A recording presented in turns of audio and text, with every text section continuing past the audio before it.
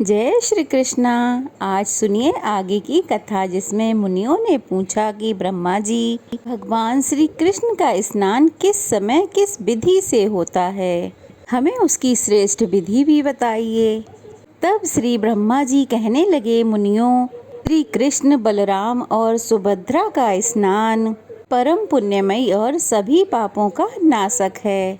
मैं उसकी विधि आदि का वर्णन करता हूँ, ध्यान पूर्वक सुनो।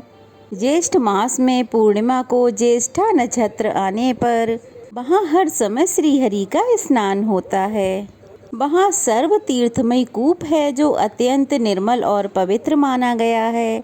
ज्येष्ठ पूर्णिमा को उसमें भगवती गंगा प्रत्यक्ष रूप से प्रकट होती हैं। इसलिए ज्येष्ठ पूर्णिमा को स्वर्णमयी कलशों से श्री कृष्ण, बलभद्र और सुभद्रा जी के स्नान के लिए उस कूप से जल निकाला जाता है। इसके लिए एक सुंदर मंच बनाकर उसे पताका आदियों से सुसज्जित किया जाता है। वह सुदृढ़ और सुखपूर्वक चलने योग्य बना होता है। वस्त्र और फूलों से उसे सजाया जाता है। वह बहुत बड़ा होता है और धूप से उसे सुदृढ़ किया जाता है। उस पर श्री कृष्ण और बलराम को स्नान कराने के लिए श्वेत वस्त्र बिछाया जाता है। उसे सजाने के लिए मोती के हार लटकाए जाते हैं। तरह तरह के बाजों की ध्वनि होती रहती है। एक मंच पर एक ओर भगवान श्री कृष्ण और दूसरी ओर श्री बलराम विराजते हैं। बीच में सुभद्रा जी को पधराकर मंगल गान और जय जय घोष किया जाता है। उस समय ब्राह्मण, क्षत्रिय, शूद्र तथा अन्य जाति के सहस्त्रों लोग उन्हें घेरे रहते हैं।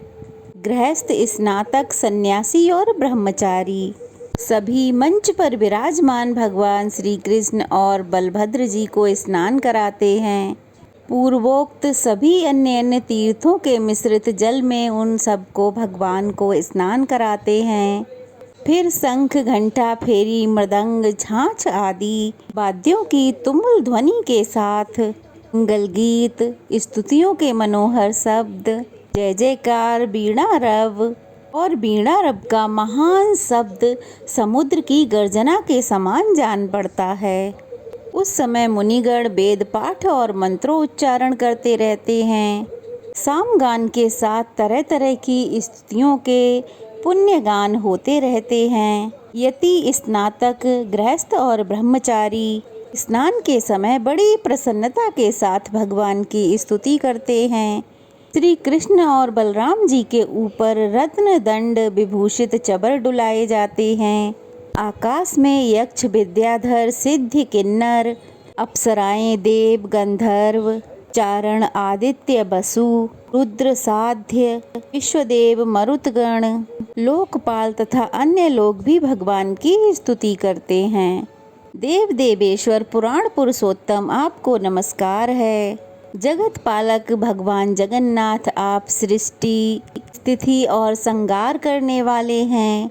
जो त्रिभुवन को धारण करने वाले, ब्राह्मण भक्त, मोक्ष के कारणभूत और समस्त मनोवांछित फलों के दाता हैं, उन भगवान को हम प्रणाम करते हैं। इस प्रकार आकाश में खड़े हुए देवता श्री कृष्ण, महाबली बलराम और सुभद्रा जी की स्तुति करते हैं। गंधर्व गाते हैं और अप्सराएं नृत्य करती रहती हैं। देवताओं के बाजे बजते और शीतल वायु चलती रहती है। उस समय आकाश में उमड़े हुए बादल पुष्प मिश्रित जल की वर्षा करते हैं। मुनि, सिद्ध और चारण जय जयकार करते हैं। इसके बाद देवतागण मंगल सामग्रियों के साथ विधि और मंत्र युक्त द्रव्य लेकर भगवान का अभिषेक करते हैं।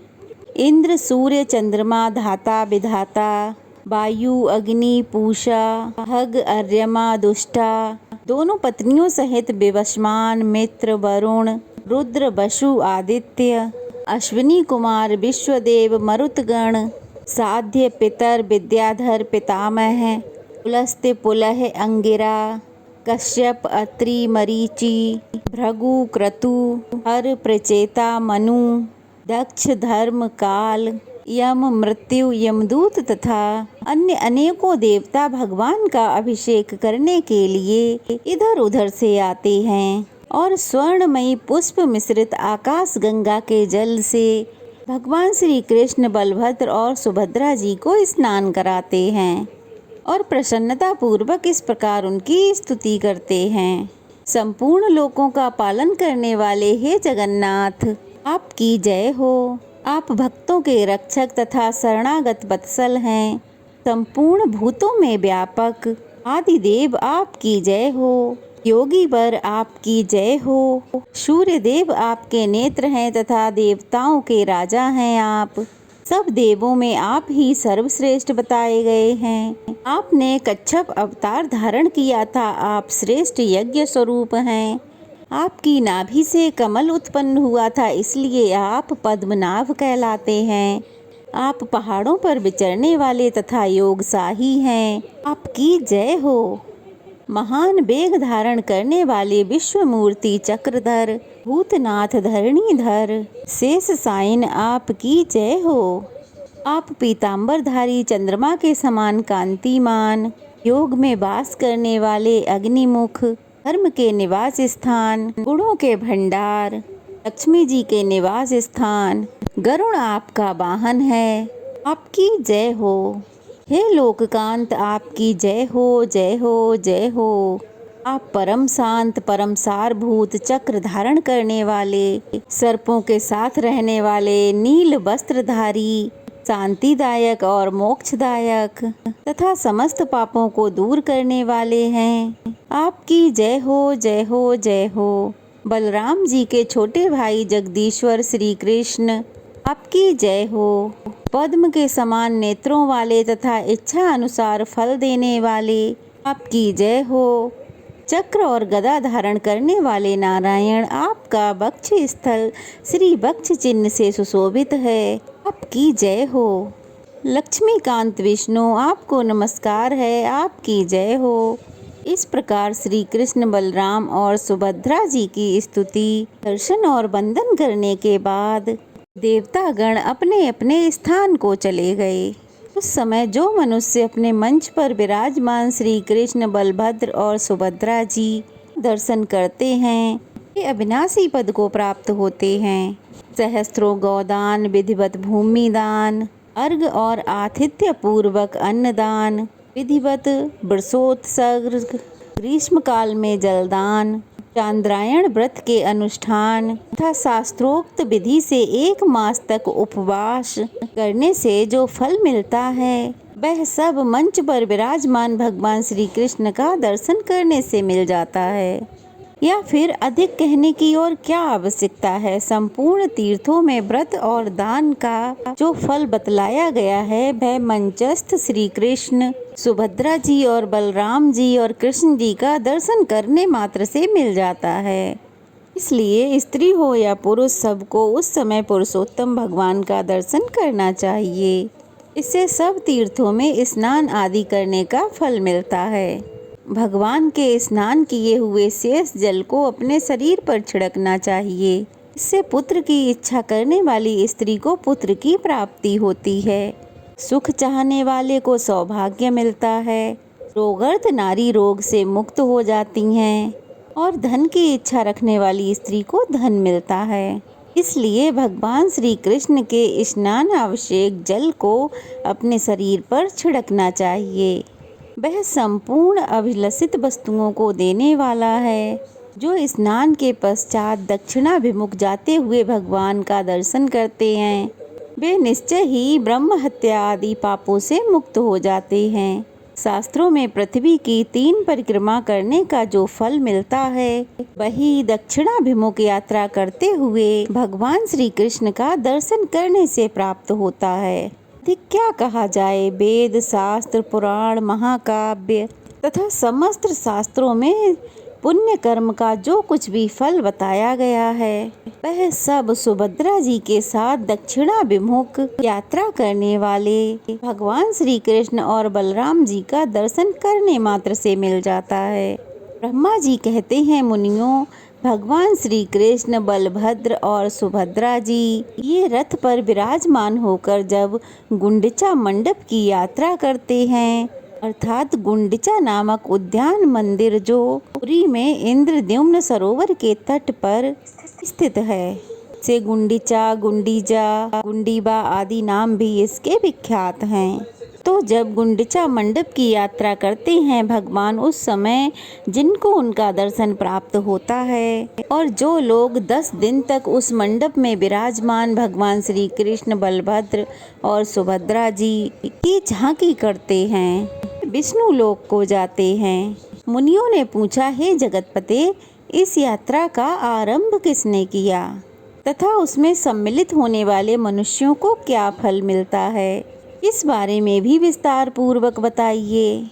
तब श्री ब्रह्मा जी बोले, हे मुनिवरों, पूर्व काल में राजा इंद्रद्युम्न ने भगवान से प्रार्थना की कि मेरे सरोवर के तट पर 1 सप्ताह तक आपकी यात्रा हो। तब श्री भगवान बोले, राजन, तुम्हारे तट पर 7 दिनों तक मेरी यात्रा होगी। वह यात्रा गुंडिचा नाम से विख्यात और समस्त अभिलषित फलों को देने वाली होगी। जो लोग वहां मंडप में स्थित मेरी, बलभद्र जी की और सुभद्रा जी की एकाग्रचित होकर पूरी श्रद्धा और भक्ति से पूजा करेंगे तथा जो ब्राह्मण, क्षत्रिय, वैश्य, स्त्री और शूद्र पुष्प, गंध, धूप, दीप, नैवेद्य, तरह तरह के उपहार, नमस्कार, परिक्रमा, स्तोत्र, गीत तथा मनोहर वाद्यों के द्वारा मेरी प्रार्थना स्तुति करेंगे, उनके लिए कोई भी अभिलषित वस्तु दुर्लभ नहीं होगी, उनकी सभी मनोकामनाएं पूर्ण होंगी। ऐसा कहकर भगवान वहीं अंतर्ध्यान हो गए और वे महाराज इंद्रद्युम्न कृतकृत्य हो गए। इसलिए सब प्रकार से प्रयत्न करके गुंडिचा मंडप में समस्त अभिलषित वस्तुओं को देने वाले भगवान का दर्शन करना चाहिए। वहाँ पुरुषोत्तम का दर्शन करके स्त्री या पुरुष जिन जिन भोगों को चाहते हैं वे सब प्राप्त कर सकते हैं। मुनियों ने पूछा, भगवान, गुंडिचा की एक एक यात्रा का क्या फल है? उसे करने से नर या नारी को कौन सा फल मिलता है, कृपया बताइए। तो ब्रह्मा जी कहने लगे, ब्राह्मणों सुनो, मैं प्रत्येक यात्रा का फल बताता हूँ। गुंडिचा में प्रबोधनी एकादशी के दिन, फाल्गुन की पूर्णिमा को तथा विश्व वियोग में विधि पूर्वक यात्रा करके भगवान श्री कृष्ण, बलराम जी और सुभद्रा जी का दर्शन करने से मनुष्य वैकुंठ धाम में जाता है। क्षेत्रों में श्रेष्ठ पुरुषोत्तम क्षेत्र, तीर्थों में बड़ा श्रेष्ठ, रमणीय, मनुष्यों को भोग और मोक्ष का दाता है तथा सब जीवों को सुख पहुंचाने वाला है। तो जितेंद्रिय स्त्री या पुरुष ज्येष्ठ मास में शास्त्रों की विधि के अनुसार 12 यात्राएं करके एकाग्र मन से उनकी पूजा करता है, प्रतिष्ठा करता है और उस समय धन खर्च करने में कंजूसी नहीं करता। तरह तरह के भोगों का उपभोग करके अंत में मोक्ष को प्राप्त होता है। मुनियों ने पूछा, हे सुरश्रेष्ठ, हम आपके मुख से 12 यात्रा की प्रतिष्ठा विधि, पूजन, दान और फल सुनना चाहते हैं। ब्रह्मा जी कहने लगे, ब्राह्मणों, जब 12 यात्राएं पूरी हो जाएं, तब विधि पूर्वक उनकी प्रतिष्ठा करें। वह सब पापों का नाश करने वाली है। ज्येष्ठ मास में शुक्ल पक्ष में एकादशी तिथि को एकाग्र मन से किसी पवित्र जलाशय पर जाकर आचमन करें और इंद्रिय संयम पूर्वक पवित्र भाव से सब तीर्थों का आवाहन करके भगवान नारायण का ध्यान करते हुए विधिवत स्नान करें।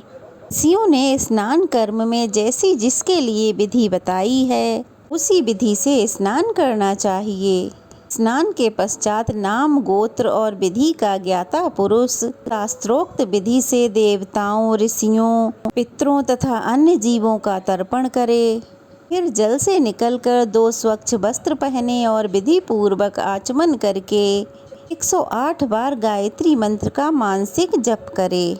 गायत्री सब वेदों की माता, संपूर्ण पापों को दूर करने वाली तथा परम पवित्र हैं। इसके सिवा अन्यान्य सूर्य संबंधी मंत्रों का भी श्रद्धा पूर्वक जप करना चाहिए। फिर 3 बार परिक्रमा करके सूर्य देव को प्रणाम करें। ब्राह्मण, क्षत्रिय, वैश्य इन 3 वर्णों का स्नान तप वैदिक विधि के अनुसार बताया गया है, किंतु स्त्री और शूद्रों के स्नान और जप में वैदिक विधि निषेध है। इसके बाद घर में जाएं और हाथ पैर धोकर विधि पूर्वक आचमन करके भगवान पुरुषोत्तम की पूजा करें। पहले भगवान को दूध से स्नान कराएं, फिर घी से, फिर मधु से, गंध और जल से, फिर तीर्थ के चंदन और जल से स्नान कराएं। इसके बाद भक्ति पूर्वक 2 उत्तम वस्त्र पहनाएं। फिर चंदन अगर कपूर भगवान के अंगों में लगाएं। फिर से पराभक्ति के साथ कमल से तथा श्री विष्णु संबंधी मल्लिका तथा अन्य पुष्पों से भगवान पुरुषोत्तम की पूजा करें। भोग और मोक्ष के द्वारा जगदीश्वर श्री हरि की प्रकार पूजा करके उनके सामने अगर, उगर, गुगल और अन्य सुगंधित पदार्थों के साथ धूप जलाएं। अपनी शक्ति के अनुसार घी से दीपक जलाकर रखें या फिर तिल के तेल से 12 दीपक जलाकर रखें। नैवेद्य के रूप में खीर, पुआ, पूड़ी, बड़ा, लड्डू, खांड और फल निवेदित करें। इस प्रकार पंचोपचार विधि से भगवान का पूजन करके ओम नमः पुरुषोत्तमाय इस मंत्र का जाप करें। 108 बार मंत्र का जप करें। इसके बाद पुरुषोत्तम से भक्ति पूर्वक प्रार्थना करें कि भक्तों को अभय प्रदान करने वाले हे लोकेश्वर, हे पुरुषोत्तम, आपको नमस्कार है। मेरा उद्धार कीजिए, मैं संसार सागर में डूबा हुआ हूँ। हे जगतपते, हे गोविंद, आपके दर्शन के लिए मैंने जो 12 यात्राएं की हैं वे सब आपकी कृपा से मेरे लिए परिपूर्ण हों। इस प्रकार भगवान को प्रसन्न करके साष्टांग दंडवत करें। फिर पुष्प, वस्त्र और चंदन आदि से भक्ति पूर्वक गुरु की पूजा करें, क्योंकि गुरु और भगवान में कोई अंतर नहीं है। इसके बाद तरह तरह के सुगंधित पुष्पों से भगवान के ऊपर एक सुंदर मंडप बनाएं। फिर श्रद्धा और एकाग्रता पूर्वक रात में जागरण करें। भगवान वासुदेव के कथा और गीतों की व्यवस्था रखें। इस प्रकार विद्वान पुरुष ध्यान, पाठ और स्तुति करते हुए रात बिताएं। इसके बाद द्वादशी को सुबह होने पर 12 ब्राह्मणों को निमंत्रित करें। फिर ब्राह्मण स्नातक, वेदों में पारंगत, इतिहास पुराण के ज्ञाता, श्रोत्रिय और जितेंद्रिय होने चाहिए। इसके बाद स्वयं भी विधि पूर्वक स्नान करके धुला हुआ वस्त्र पहने और इंद्रियों को बस में रखते हुए भगवान को स्नान कराकर वस्त्र पहनाएं। भगवान की पूजा के बाद ब्राह्मणों की भी पूजा करें। उनके लिए 12 गौएं दान करके श्रद्धा और भक्ति पूर्वक स्वर्ण, जूते तथा वस्त्र आदि समर्पित करें। अपनी सामर्थ्य के अनुसार दान दक्षिणा दें। सादर भाव से पूजित होकर भगवान गोविंद प्रसन्न होते हैं। ब्राह्मण को भी गऊ, वस्त्र, स्वर्ण, छतरी, जूते तथा कांसे का पात्र अर्पित करें। इसके बाद ब्राह्मणों को खीर, पकवान, गुड़ और घी में बनी हुई भोज्य पदार्थ खिलाएं। जब वे भोजन करके तृप्त हो जाएं, तब उनके लिए 12 जल से भरे हुए घड़े दान करें। उन घड़ों के साथ लड्डू और यथाशक्ति दक्षिणा भी होनी चाहिए।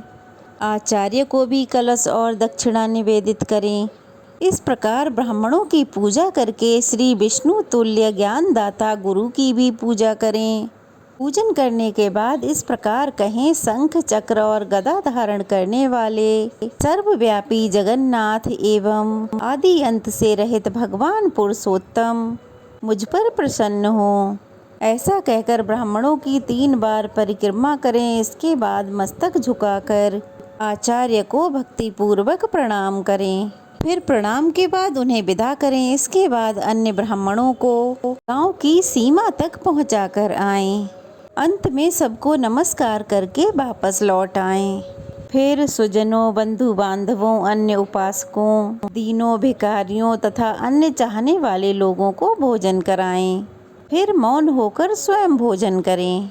ऐसा करके समस्त नर नारी 1000 अश्वमेघ 100 यज्ञों का फल पाते हैं।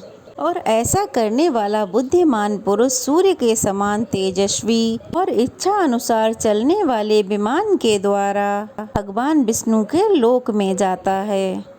जय श्री कृष्णा। आज की कथा यहीं तक। कथा कैसी लगी कमेंट बॉक्स में ज़रूर बताइएगा।